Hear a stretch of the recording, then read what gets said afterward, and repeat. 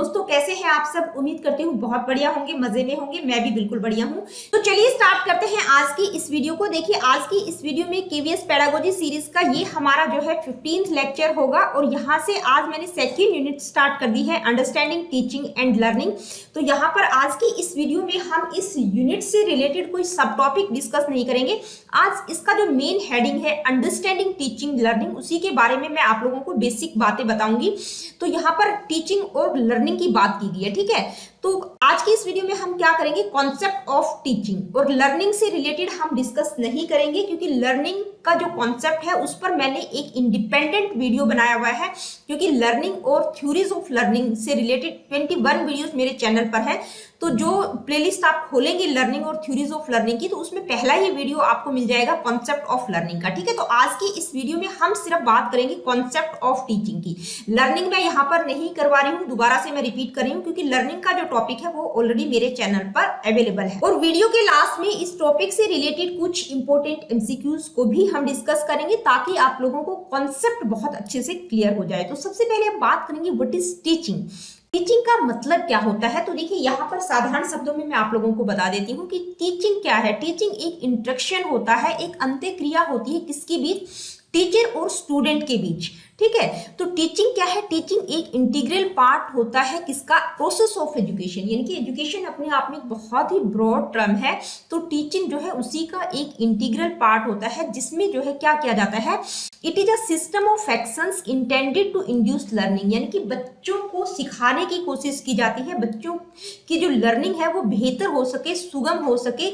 इस तरह का एक इन्वायरमेंट क्रिएट किया जाता है ताकि बच्चों में जो है लर्निंग को इंड्यूस किया जा सके। तो टीचिंग के जो फंक्शंस होते हैं वो क्या होते हैं, impart knowledge, develop understanding and skill. यानी कि नॉलेज को इम्पार्ट करना, नॉलेज को बांटना, साथ ही जो है अंडरस्टैंडिंग और स्किल्स का डेवलपमेंट बच्चे में करना।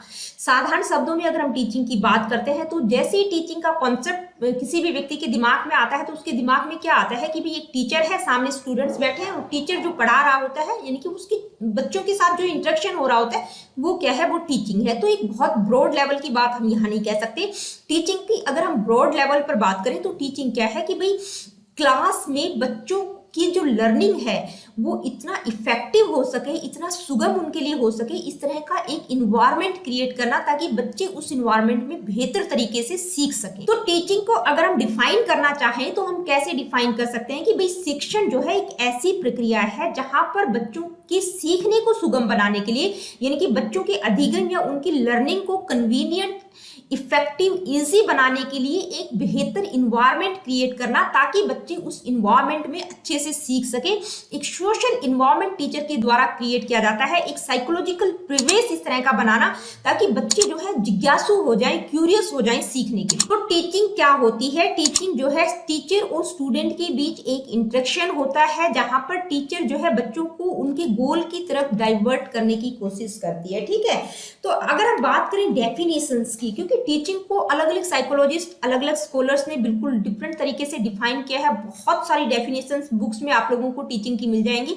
यहाँ पर हमारा मेन मकसद टीचिंग की डेफिनेशन को इंक्लूड करना नहीं है, मेन है हमें कॉन्सेप्ट समझ आना चाहिए कि टीचिंग का मतलब क्या होता है। तो यहाँ पर सिर्फ मैंने एक डेफिनेशन इंक्लूड की है।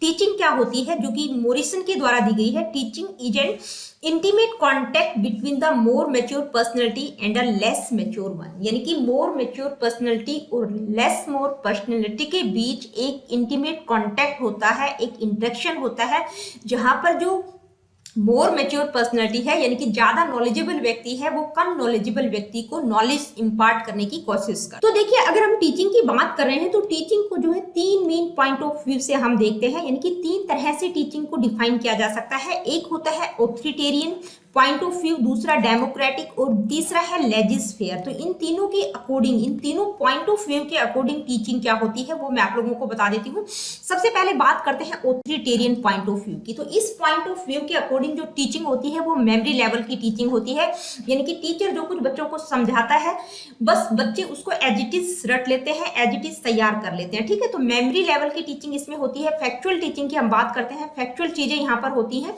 और इसमें जो है जो क्या क्या होता है, this teaching does not develop thoughts and attitudes in the students, यानी कि ये बहुत ही लोअर लेवल की टीचिंग हम इसको कह सकते हैं, क्योंकि यहाँ पर बच्चे में थॉट्स और एटीट्यूड का डेवलपमेंट नहीं होता। दूसरा पॉइंट ऑफ व्यू क्या है, डेमोक्रेटिक, यानी कि इस पॉइंट ऑफ व्यू के according, democratic point of view के अकॉर्डिंग जो टीचिंग होती है वो क्या होती है, उस पॉइंट ऑफ व्यू के according, democratic point of view के अकॉर्डिंग टीचिंग एक इंटरेक्टिव प्रोसेस होती है, जिसमें जो है टीचर और स्टूडेंट के बीच इंटरेक्शन होता है। यहाँ पर टीचर का रोल जो होता है वो एक ऑथोरिटेरियन या डोमिनेटिंग पर्सनैलिटी का नहीं होता, ठीक है। यहाँ पर एक टीचर एक प्रोमिनेंट फिगर की तरह होता है, यानी कि जो बच्चे होते हैं वो बिल्कुल पैसिव नहीं होते, वो टीचर से क्वेश्चन पूछ भी सकते हैं, अपने डाउट्स को क्लियर कर सकते हैं, टीचर उनको इजिली वो सब क्लियर करता है। साथ ही अगर बच्चों को लगता है कि टीचर ने अच्छा नहीं पढ़ाया तो वहां पर जो बच्चे होते हैं वो टीचर को क्रिटिसाइज भी कर सकते हैं। नेक्स्ट है लेजिस फेयर। तो देखिए इस पॉइंट ऑफ व्यू के अकॉर्डिंग जो टीचिंग होती है वो क्या होती है, बहुत ही हाईली थॉटफुल एक्टिविटी होती है, यानी कि रिफ्लेक्टिव लेवल की टीचिंग की यहाँ पर हम बात करते हैं। इस लेवल में जो टीचर और स्टूडेंट दोनों क्या होते हैं, पार्टिसिपेंट होते हैं। टीचर का जो रोल होता है वो एक डोमिनेटिंग पर्सनालिटी की तरह नहीं होता है कि टीचर ने जो कुछ बताया बच्चों ने समझ लिया, ठीक है, ऐसा कुछ भी नहीं होता, दोनों पार्टिसिपेंट होते हैं। और इस लेवल की जो टीचिंग होती है वो क्या करती है, इंसाइट पैदा करती है, बच्चों में क्रिटिकल थिंकिंग का डेवलपमेंट यहाँ पर होता है, ठीक है। किसी प्रकार का कोई बहुत भयंकर वाला दबाव बच्चों के ऊपर नहीं होता, बच्चे जो है इंडिपेंडेंट डिसीजन ले सकते हैं, इंडिपेंडेंट वो काम भी कर सकते हैं। टीचर से जहां पर उनको मदद की जरूरत होती है टीचर वहां पर बच्चों की मदद भी करता है। तो देखिए टीचिंग को तीन मेन पॉइंट ऑफ व्यू से हम समझ सकते हैं, ऑथोरिटेरियन, डेमोक्रेटिक और लेजिस फेयर, ठीक है। तो इन तीन पॉइंट ऑफ व्यू से टीचिंग होती क्या है ये अभी हमने देखा। अब हम बात करेंगे कैरेक्टरिस्टिक्स और नेचर ऑफ टीचिंग की, यानी कि नेचर भी कह सकते हैं या कैरेक्टरिस्टिक्स भी हम कह सकते हैं, दोनों मिलते जुलते होते हैं। तो कैरेक्टरिस्टिक्स क्या क्या होंगी टीचिंग की। Teaching is a process of development and learning. Teaching एक ऐसी प्रक्रिया है जहां पर बच्चे का विकास, कॉग्निटिव डेवलपमेंट की ज्यादातर हम बात करते हैं, और लर्निंग होती है, डेवलपमेंट और लर्निंग होती है। टीचिंग के द्वारा बच्चे के व्यवहार में चेंजेस आते हैं, ठीक है, चेंजेस तो आते ही हैं। Teaching art as well as science. Science इसलिए कहते हैं क्योंकि सब कुछ सिस्टमेटिकली होता है, लॉजिकली होता है, तो इसको साइंस कहा गया है। आर्ट इसलिए कहा गया है क्योंकि पढ़ाना भी एक कला होती है, ठीक है, तो इसलिए इसको art as well as science कहा जाता है। टीचिंग को ऑब्जर्व किया जा सकता है, मेजर किया जा सकता है, मॉडिफाई किया जा सकता है, अलग अलग नई नई तरह की तकनीक का यूज करके हम इसको मॉडिफाई भी कर सकते हैं, ठीक है, और बेहतर तरीके से हम चीजें करवा सकते हैं। टीचिंग क्या होती है, मेमोरी लेवल से रिफ्लेक्टिव लेवल की, यानी कि तीन लेवल होते हैं टीचिंग के। कौन कौन से, मेमोरी लेवल, अंडरस्टैंडिंग लेवल और रिफ्लेक्टिव लेवल, तीन लेवल पर टीचिंग होती है। टीचिंग क्या है, टीचिंग एक कॉन्टिन्यूम है, किसका, यानी कि टीचिंग में और क्या क्या शामिल होता है, किस तरह से और बच्चों को शिक्षण दिया जा सकता है, उनकी टीचिंग की जा सकती है। तो ये टीचिंग के ही एक तरह से पार्ट हम कह सकते हैं। ट्रेनिंग के द्वारा बच्चों को सिखाया जा सकता है, कंडीशनिंग, इंस्ट्रक्शन और इंडोक्ट्रिनेशन। तो ट्रेनिंग की जब हम बात करते हैं तो प्रैक्टिकल स्किल्स उसमें आ जाती हैं, ठीक है, जैसे आर्मी की ट्रेनिंग हो गई या बच्चों को प्रैक्टिकली कुछ चीजों को सिखाना। कंडीशनिंग में क्या होता है, किसी चीज का बार बार उसको रेपिटेशन करवाया जाता है, बार बार अभ्यास करवाया जाता है। इंस्ट्रक्शन का मतलब कुछ इंस्ट्रक्शन के द्वारा भी बच्चों को सिखाया जाता है, जैसे किसी पढ़ाते टाइम टीचर इंस्ट्रक्शन देती है कि आपको इसको ऐसे नहीं ऐसे करना है, ठीक है। इंस्ट्रक्शन और इंडोक्ट्रिनेशन। इंडोक्ट्रिनेशन का मतलब होता है फॉर्मेशन ऑफ बिलीफ, यानी कि अपने विचारों को दूसरों पर थोपना। तो ये एक बहुत अच्छी तरह की टीचिंग, हम इसको इंडोक्ट्रिनेशन को नहीं मानते हैं, यानी कि दूसरे वाले को तब तक कन्विंस किया जाता है कि भाई वो उसकी बात को मान ना ले, यानी कि फॉर्मेशन ऑफ बिलीफ की यहाँ पर हम बात करते हैं।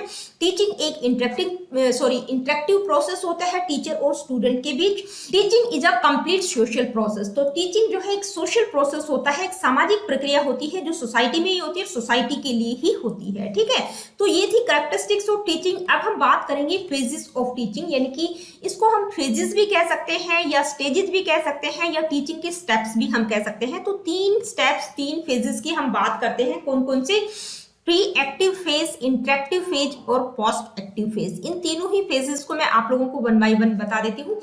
तो देखिए जब प्री एक्टिव फेज की बात अगर हम करते हैं तो प्री एक्टिव फेज में क्या होता है, pre active phase takes place before the actual classroom teaching in known as pre active phase. यानी कि जब टीचर जो है क्लास में इंटर करने से पहले जो कुछ तैयारी करती है, यानी कि जैसे मैं आप लोगों को यहाँ पर जब पढ़ाने आती हूँ तो उससे पहले की जितनी भी प्रिपरेशन होती है, मैं पीपीटी बनाती हूँ, किस तरह से मटेरियल को ऑर्गेनाइज करना है, क्या क्या मुझे डालना है, किस तरह से मैं आप लोगों को पढ़ाऊंगी, ठीक है, ये सारी चीजें यानी कि जो भी प्रिपरेशन आती है वो किस में आती है, प्री एक्टिव फेज में आती है। ठीक है, लेसन प्लानिंग बनाना या मतलब क्या क्या मटेरियल रहेगा, ऑब्जेक्टिव क्या रहेंगे टीचिंग के, तो ये सारी चीजें किसमें आ जाती है, प्री एक्टिव फेज में। नेक्स्ट है इंटरेक्टिव फेज। तो देखिए जब मेरा जो प्लानिंग हो जाता है उसके बाद जब मैं वीडियो बनाती हूँ, यहाँ पर मैं आप लोगों से आकर इंटरेक्ट होती हूँ, तो ये क्या है, इंटरेक्टिव फेज है। लेकिन हमारा जो है फेस टू फेस इंटरेक्शन यहाँ पर नहीं हो रहा है क्योंकि हम ऑनलाइन टीचिंग कर रहे हैं। ठीक है, तो इंटरेक्टिव फेज की जब हम बात करते हैं तो कौन सी होती है, जब टीचर क्लास में इंटर करती है, बच्चों से फेस टू फेस इंटरेक्ट होती है, तो उसको क्या कहते हैं, इंटरेक्टिव फेज कहा जाता है।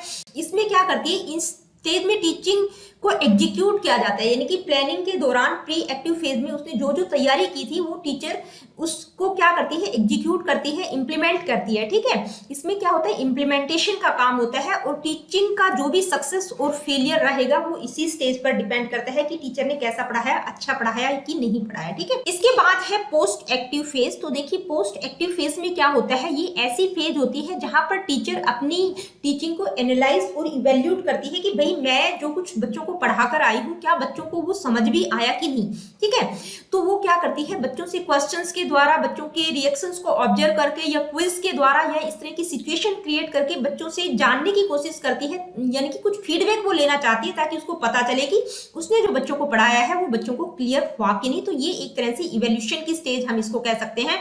और अगर मैं अपनी बात करूं तो देखिए सबसे पहले जब मैं प्लानिंग करती हूँ वो मेरा प्री एक्टिव फेज है, इंटरेक्ट होती हूँ आप लोगों से वो इंटरेक्टिव फेज है, और लास्ट में मैं आप लोगों को बोलकर जाती हूँ कि भाई आप लोगों को ये कैसा लगा, ये टॉपिक आपको समझ आया कि नहीं। आप अपने कमेंट करके मुझे जरूर बताइएगा ताकि मुझे फीडबैक मिल सके। तो वो क्या है, वो पोस्ट एक्टिव फेज है, क्योंकि मैं जानने की कोशिश कर रही हूँ कि मैं जो पढ़ा भी रही हूँ वो बच्चों को समझ आ रहा है कि नहीं। तो ये थी फेजेस ऑफ टीचिंग। अब हम बात करेंगे वेरिएबल्स ऑफ टीचिंग। तो देखिए अगर हम वेरिएबल्स ऑफ टीचिंग की बात करें तो तीन तरह के वेरिएबल्स की बात करते हैं। तीन तरह के वेरिएबल्स होते हैं टीचिंग के, कौन कौन से, इंडिपेंडेंट, डिपेंडेंट और इंटरवेनिंग। तो यहाँ पर इंडिपेंडेंट जो वेरिएबल होता है वो क्या होता है, टीचर, यानी कि टीचर क्या होती है, एक ऑथोरिटेरियन फिगर की तरह होती है, वो बिल्कुल इंडिपेंडेंट वेरिएबल है। जैसा वो बच्चों को पढ़ाती है बच्चे उसको वैसा का वैसा क्रैम या रटने की कोशिश करते हैं। ठीक है, तो जो भी लर्निंग एक्सपीरियंसेस, जो भी एक्टिविटीज वो प्रोवाइड करती है वो क्या है, टीचर करती है। तो टीचर बिल्कुल इंडिपेंडेंट वेरिएबल है। दूसरा है डिपेंडेंट वेरिएबल में क्या आ जाएगा, स्टूडेंट्स। ठीक है, यानी कि स्टूडेंट बिल्कुल टोटली टीचर पर डिपेंड है, जो भी टीचर बच्चों को पढ़ा कर जाती है उसको वो एज इट इज करने की कोशिश करते हैं। तो teaching activities of the teacher influence the learning of the student, यानी कि टीचर के द्वारा जो कुछ कराया जाता है वो इन्फ्लुएंस करता है स्टूडेंट को। तो स्टूडेंट क्या है, डिपेंडेंट वेरिएबल है। अब जो भी कंटेंट और मेथोडोलॉजी अपनी चीज को पढ़ाने के लिए यूज की जाती है वो होते हैं इंटरवेनिंग वेरिएबल्स। तो इंटरवेनिंग वेरिएबल्स में आ जाता है कंटेंट एंड मेथोडोलॉजी, यानी कि किस तरह से प्रेजेंट किया जाता है, मोड ऑफ प्रेजेंटेशन क्या है, आप किस तरह से दिखा रहे हैं, बता रहे हैं, ये सारी चीजें किसमें आएंगी, इंटरवेनिंग वेरिएबल्स में। तो ये तीन तरह के वेरिएबल्स की टीचिंग में हम बात करते हैं। अब हम बात करेंगे फॉर्म्स ऑफ टीचिंग, यानी कि टीचिंग की कितनी फॉर्म्स होती है। तो देखिए तीन फॉर्म्स होती है टीचिंग की, फॉर्मल, नॉन फॉर्मल और इनफॉर्मल।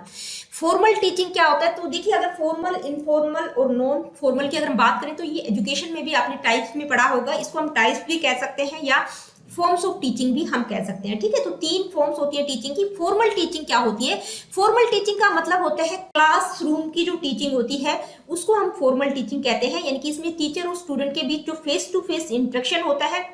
और फॉर्मल टीचिंग में क्या होता है कि सारी चीजें फॉर्मली होती हैं, यानी कि जब आप पढ़ाई कर लेते हो, आपकी स्कूलिंग कॉलेज हो जाती है तो उसके बाद आप लोगों को एक डिग्री और डिप्लोमा भी मिलता है। ठीक है, तो ये क्या है, ये फॉर्मल टीचिंग होती है। नॉन फॉर्मल टीचिंग में क्या होता है कि भाई क्लासरूम इंटरेक्शन नहीं होता, फेस टू फेस इंटरेक्शन नहीं होता, कोरस्पॉन्डेंस जो टीचिंग होती है, जो बहुत तरह की यूनिवर्सिटीज प्रोवाइड करती हैं जैसे इग्नू वगैरह है, जो कोरस्पॉन्डेंस के द्वारा पढ़ाई होती है वो क्या होती है, वो नॉन फॉर्मल टीचिंग होती है, जिसमें क्लासरूम में फेस टू फेस इंटरेक्शन नहीं होता, लेकिन जो भी डिग्री और डिप्लोमा होगा वो यहाँ पर बच्चों को दिया जाता है। इनफॉर्मल टीचिंग क्या होती है, जो इनफॉर्मली हम अपने फ्रेंड सर्कल, पेरेंट्स, दूसरे लोगों से हम सीख लेते हैं, यानी कि कहीं पर भी हम जा रहे हैं वहां से भी हमें कुछ चीज की नॉलेज हो जाना। ठीक है, इनफॉर्मल तरीके से जो चीजें हम सीखते हैं उसको हम क्या कहेंगे, इनफॉर्मल टीचिंग। अब हम बात करेंगे लेवल्स ऑफ टीचिंग की, यानी कि देखिए टीचिंग के जो लेवल है बहुत ही इंपॉर्टेंट है। थोड़ा सा मैंने डिटेल में मेन पॉइंट्स डाले हुए हैं, वो आप लोगों को बिल्कुल अच्छे से समझने हैं, क्योंकि लेवल्स ऑफ टीचिंग की जब हम बात करते हैं तो ये टीचिंग का जो टॉपिक है ये आपको हर जगह देखने को मिल जाएगा जितने भी टीचिंग एग्जाम होते हैं, तो इनको आप बिल्कुल ध्यान से समझिएगा। तीन तरह के लेवल्स की हम बात करते हैं, मेमोरी लेवल, ये किसके द्वारा दिया गया है? एक तो आपको ये बेसिकली पता होना चाहिए, हर्बर्ट के द्वारा दिया गया है।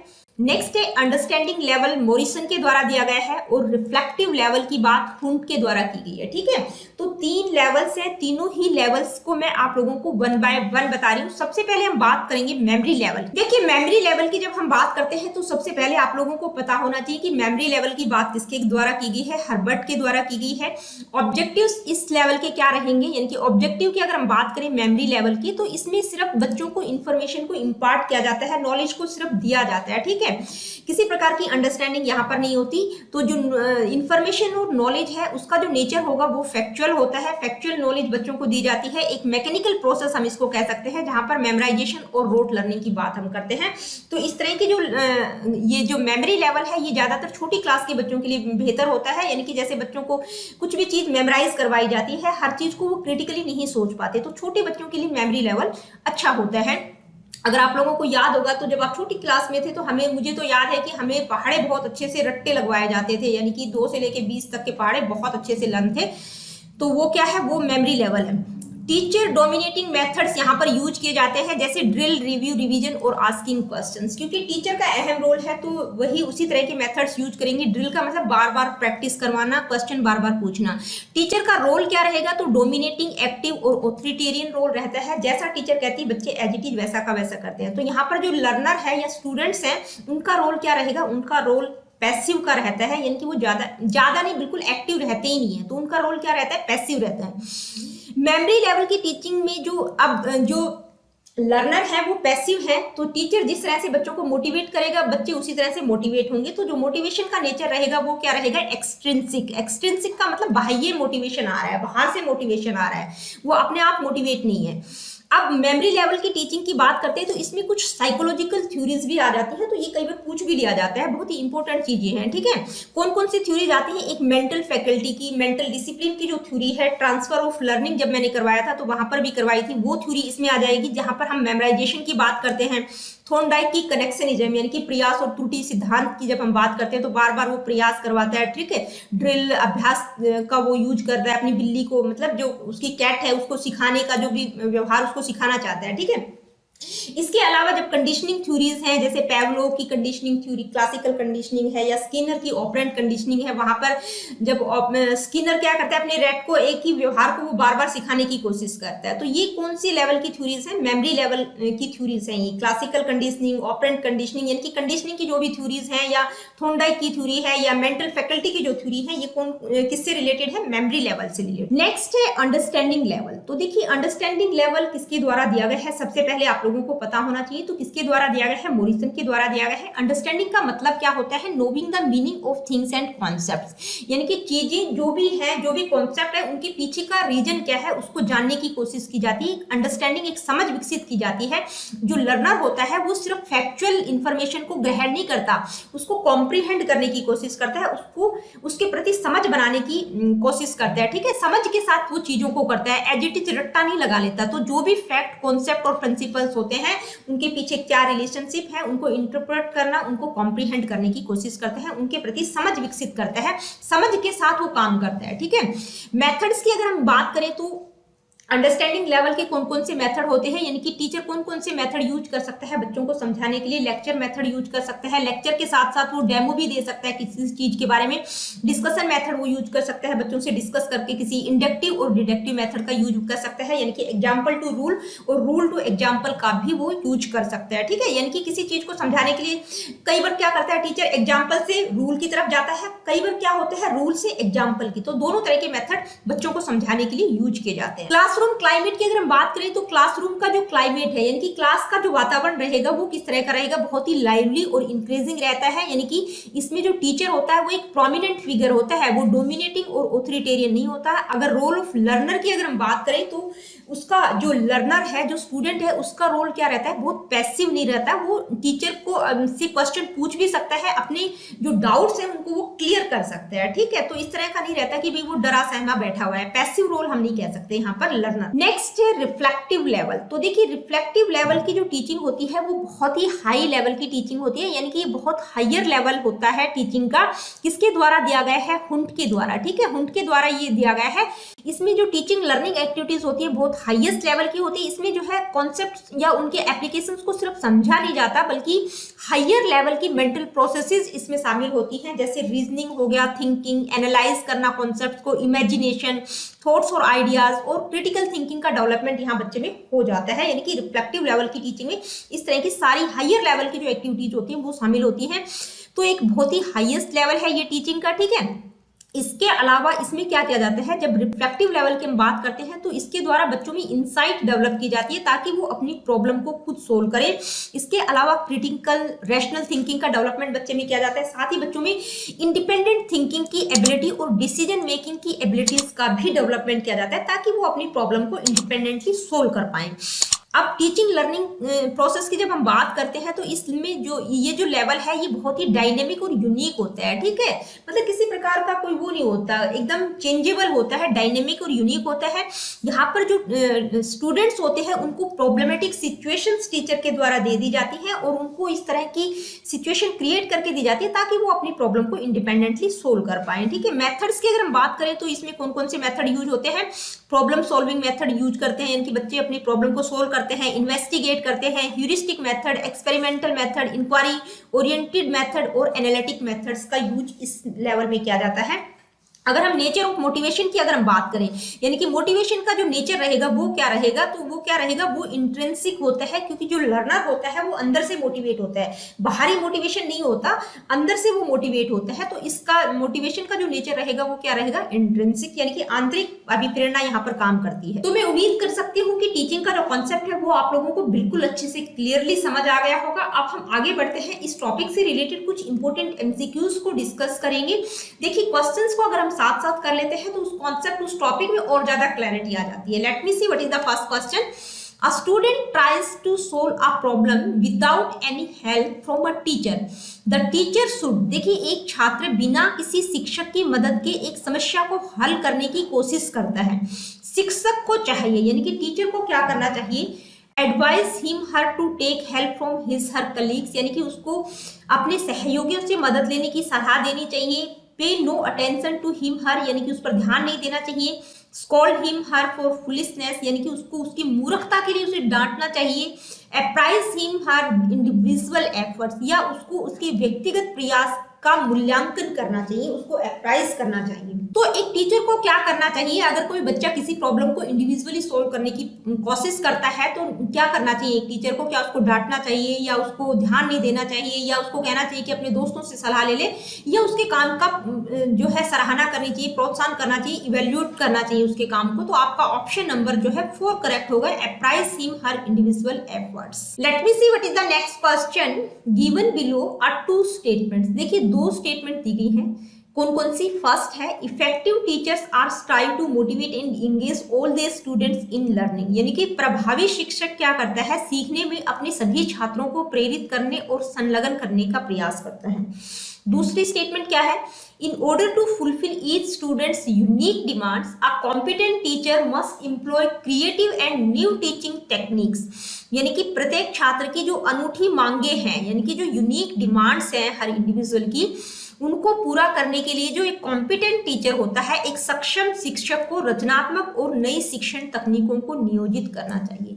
तो आपको इन 2 स्टेटमेंट्स को पढ़कर क्या लगता है, इन दोनों स्टेटमेंट्स को पढ़ते ही आप लोगों को ये लगता होगा कि भाई बिल्कुल सही है, क्योंकि इफेक्टिव टीचर क्या करता है, मोटिवेट और इंगेज करता है, और एक जो कॉम्पिटेंट टीचर होता है वो क्या करता है, क्रिएट करता है, न्यू टीचिंग टेक्निक्स को ऑर्गेनाइज करता है, ठीक है, ताकि जो इंडिविजुअलिटी क्लास में होती है, जो इंडिविजुअल डिमांड्स होती है हर स्टूडेंट की, उनको वो पूरा कर सके। तो आपका ऑप्शन क्या होगा, both the statements are correct, आपका ऑप्शन नंबर 1 करेक्ट होगा। नेक्स्ट क्वेश्चन है a suitable method of teaching primary class children is, यानी कि प्राथमिक कक्षा के बच्चों को पढ़ाने की उपयुक्त विधि कौन सी है, trial and error method, imitation method, lecture method, playway method. तो देखिए छोटे बच्चों को, प्राइमरी क्लास के बच्चों को आप किस तरह से पढ़ाएंगे, कौन सी विधि का यूज करेंगे, प्लेवे मेथड हम यूज करते हैं, छोटे बच्चों को खेल खेल में पढ़ाने की कोशिश की जाती है। तो आपका ऑप्शन नंबर 4 करेक्ट होगा।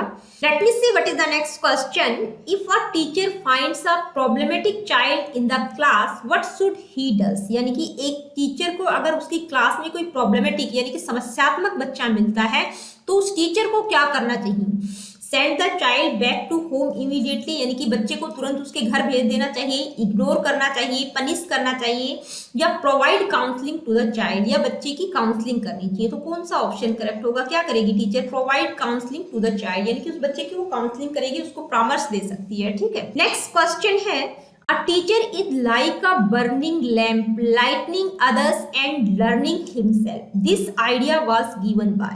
देखिए, एक शिक्षक एक जलते हुए दीपक की तरह होता है जो दूसरों को तो रोशन करता है और स्वयं भी सीखता रहता है। तो यह जो विचार है ये किसके द्वारा दिया गया है? किस साइकोलॉजिस्ट, किस स्कॉलर के द्वारा कही गई है ये बात?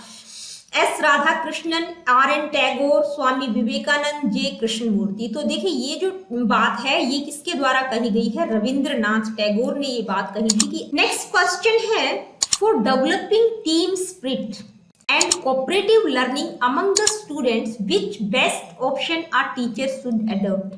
देखिए, विद्यार्थियों में टीम भावना और सहयोगात्मक अधिगम के विकास के लिए एक शिक्षक को कौन सा सर्वोत्तम विकल्प अपनाना चाहिए, ताकि बच्चों में क्या है, कोऑपरेटिव लर्निंग और टीम स्पिरिट की भावना का डेवलपमेंट किया जा सके। उसके लिए टीचर को क्या करना चाहिए? Asking them to follow the written instructions for team work, यानी कि टीम वर्क के लिए जो रिटन इंस्ट्रक्शंस है वो फॉलो करनी चाहिए। कंडक्टिंग फील्ड विजिट्स, यानी कि क्षेत्र भ्रमण करना चाहिए। Asking students to discuss among themselves before answering any questions, यानी कि किसी भी प्रश्न का उत्तर देने से पहले छात्रों से आपस में चर्चा करने के लिए कहना। या conduct group based project activities, तो एक टीचर को क्या करना चाहिए? ग्रुप बेस्ड एक्टिविटीज को कंडक्ट करना चाहिए ताकि बच्चों में टीम स्पिरिट और कोऑपरेटिव लर्निंग का डेवलपमेंट किया जा सके। आपका option number 4 correct. Late me see what is the next question. Morrison has described 5 steps in his teaching model at understanding level, which are presentation, exploration, organization, assimilation, recitation। देखिए, Morrison ने teaching का understanding level दिया है, यानी कि understanding level की जब हम बात करते हैं तो वो किसके द्वारा दिया गया है? मॉरिसन के द्वारा दिया गया है। उन्होंने जो है उस मॉडल में 5 स्टेप बताए हैं टीचिंग के। कौन कौन से? Presentation, exploration, organisation, assimilation, recitation. तो इनकी करेक्ट सीक्वेंस आपको बतानी है कि कौन सी सीक्वेंस करेक्ट रहेगी। आपको इनको सीक्वेंस में लगाना है कि पहले कौन सा आएगा, उसके बाद कौन सा। ठीक है, तो सबसे पहले क्या आता है? एक्सप्लोरेशन, यानी कि सेकंड आएगा। उसके बाद क्या करता है? प्रेजेंटेशन आपका फर्स्ट आ जाएगा। उसके बाद असिमिलेशन, ठीक है, फोर्थ आ जाएगा। उसके बाद ऑर्गेनाइज करता है, थर्ड आ जाएगा। और उसके बाद रेसिटेशन आता है, आपका फिफ्थ आ जाएगा। तो यहाँ पर ये सीक्वेंस बनेगी। आप इस सीक्वेंस को यहाँ पर चेक कर सकते हैं कौन से ऑप्शन आपका सही है, यानी कि पहले सेकंड, तो सेकंड 2 में है, ठीक है। उसके बाद फर्स्ट, उसके बाद कौन सा आएगा? फोर्थ आएगा। तो आपका सेकंड ऑप्शन करेक्ट होगा। नेक्स्ट क्वेश्चन है, thinking ability does not play any role in the level of teaching, यानी कि किस स्तर में सोचने की क्षमता शिक्षण में भूमिका नहीं निभाती, यानी कि किस लेवल में जो है थिंकिंग एबिलिटी का यूज नहीं किया जाता। 3 लेवल हमने पढ़े हैं, कौन कौन से? मेमोरी लेवल, अंडरस्टैंडिंग और रिफ्लेक्टिव। हाईएस्ट लेवल तो है ही नहीं, ठीक है। रिफ्लेक्टिव लेवल ही हाईएस्ट लेवल की टीचिंग होती है, रिफ्लेक्टिव लेवल में ही। तो देखिए, रिफ्लेक्टिव और अंडरस्टैंडिंग ये दोनों लेवल ऐसे हैं जहां पर थिंकिंग एबिलिटी का प्रयोग किया जाता है, यानी कि अंडरस्टैंडिंग होती है, क्रिटिकल थिंकिंग बच्चा यूज करता है रिफ्लेक्टिव लेवल में, और अंडरस्टैंडिंग लेवल की जो टीचिंग होती है उसमें भी बच्चा समझ के साथ, कॉम्प्रीहेंड के साथ काम करता है। तो किसमें थिंकिंग एबिलिटी का प्रयोग नहीं किया जाता? मेमोरी लेवल की जो टीचिंग होती है उसमें थिंकिंग एबिलिटी का प्रयोग नहीं किया जाता, यानी कि बच्चे को जो कुछ पढ़ाया जाता है, जिस तरह से इंफॉर्मेशन दी जाती है, वो उसको एज इट इज याद कर लेता है, रट लेता है। तो आपका ऑप्शन नंबर 1 करेक्ट होगा, मेमोरी लेवल। तो दोस्तों, आज की वीडियो में इतना ही। अगली वीडियो में हम इसी सीरीज का नेक्स्ट टॉपिक डिस्कस करेंगे। हमारा नेक्स्ट टॉपिक होगा बिहेवियरिज्म, कॉग्निटिविज्म एंड कंस्ट्रक्टिविज्म का। तो मिलती हूँ आप लोगों से अपनी अगली वीडियो में। Be happy and keep smiling.